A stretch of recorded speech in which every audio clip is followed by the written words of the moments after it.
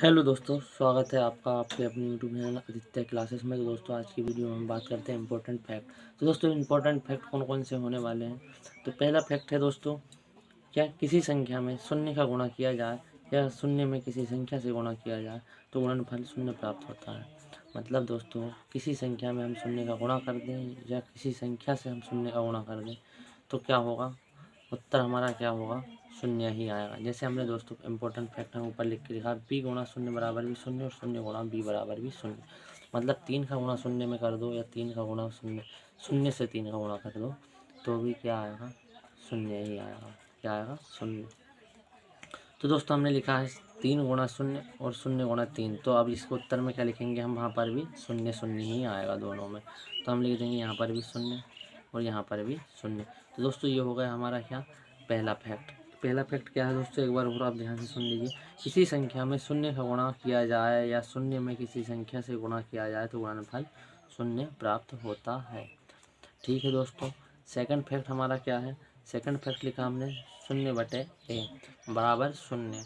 तो second fact क्या बोल रहा हमारा, शून्य बटे ए।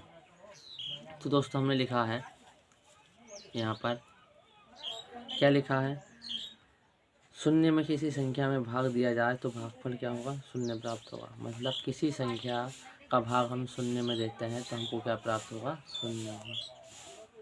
तो ए बट हमने यहाँ पर लिखा दोस्तों शून्य बटे ए बराबर क्या होता है, शून्य। तो हमने लिखा यहाँ पर शून्य बटे 5। तो शून्य बटे 5 भी क्या होगा, यहाँ पर उत्तर क्या आएगा हमारा, शून्य ही आएगा। 5 का 2 या 20 से 2 शून्य में शून्य ही प्राप्त होगा। फिर शून्य बटे 20 लिखा हमने तो भी दोस्तों क्या प्राप्त होगा, हमको शून्य ही प्राप्त होगा।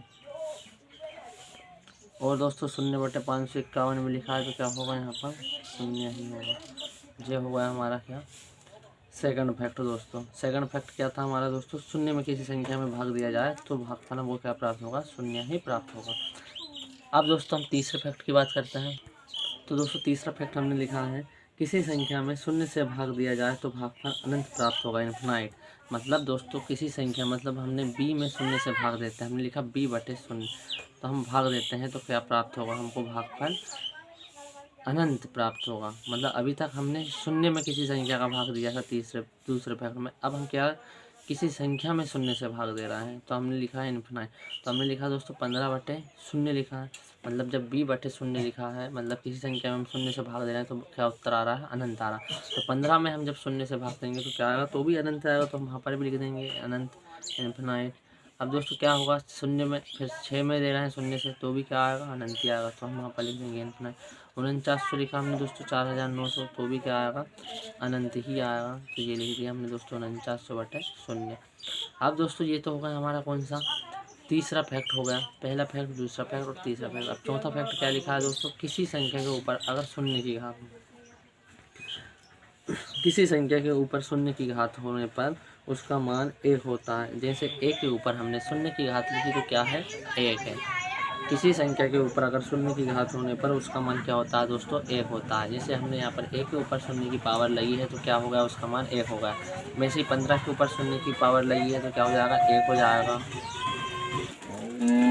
क्या हो जाएगा दोस्तों, 15 के ऊपर शून्य की घात लगी तो 1 हो जाएगा। और यहाँ पर भी 6 के ऊपर पावर भी क्या है, शून्य की है तो क्या हो जाएगा, क्या हो जाएगा, 1 हो जाएगा।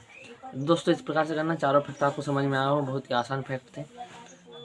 तीसरा फैक्ट में क्या है, बी में हमने किसी संख्या में शून्य का भाग दिया तो अनंत आया, और अगर शून्य से भाग देने पर अनंत आता है, और शून्य में भाग देते हैं तो क्या आता है, 0 आता है। और किसी संख्या के ऊपर शून्य की पावर है तो क्या है, उसका मान 1 है।